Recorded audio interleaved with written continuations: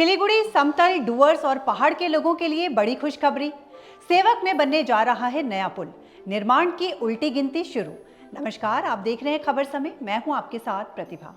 जब आप सिलीगुड़ी से सेवक की ओर जाते हैं या फिर पहाड़ तथा डुवर्स से सिलीगुड़ी आते हैं तो रास्ते में तीस्ता नदी पर अंग्रेजी राज के बने कोरोनेशन ब्रिज से आपका सामना होता है।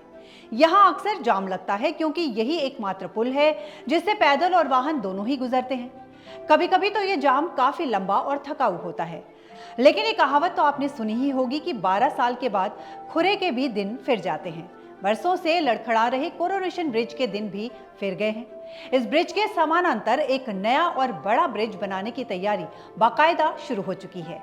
ये नया ब्रिज NH10 के आसपास सेवक में बनाया जा रहा है।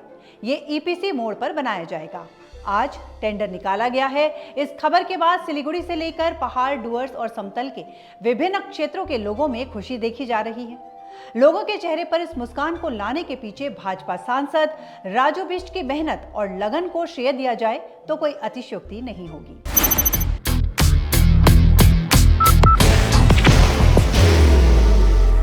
There will only be one insignia. Siliguri समतल, डुवर्स और पहाड़ के लोगों की एक भारी जीत हुई है। वर्षों से सेवक में तीस्ता नदी पर बने कोरोनेशन ब्रिज के समानांतर एक नए पुल निर्माण की मांग की जा रही है।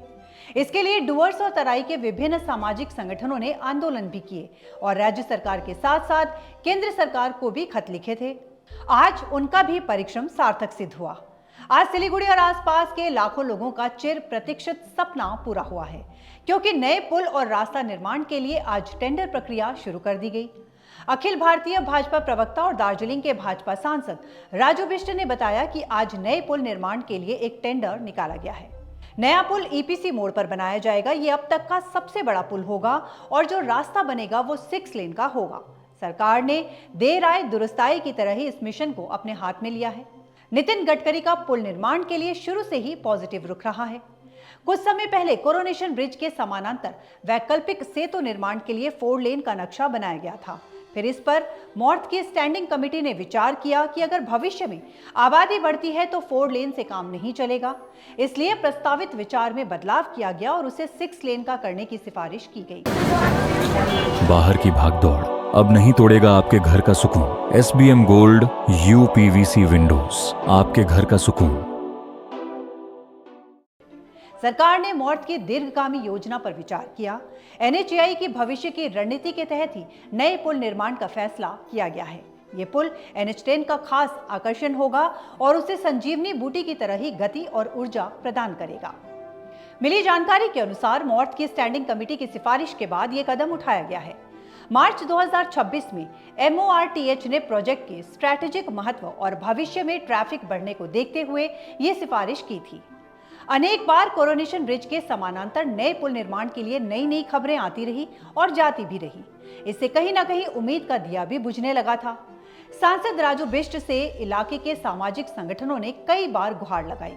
आखिरकार उनकी भागदौड़, मेहनत और विश्वास ने मूर्त रूप लिया है।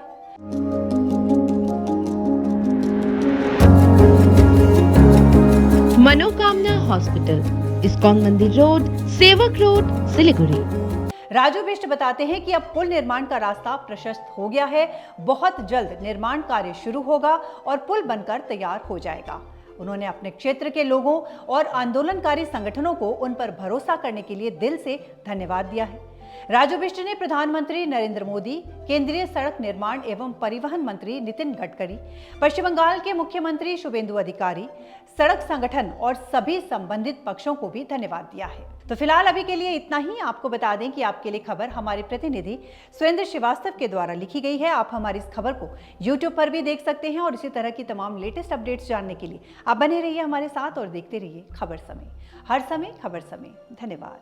Elevate your career at IIHM Siliguri, organizers of the International Young Chef Olympiad. Earn a degree with placements in France and Mauritius. Now in Kalimpong,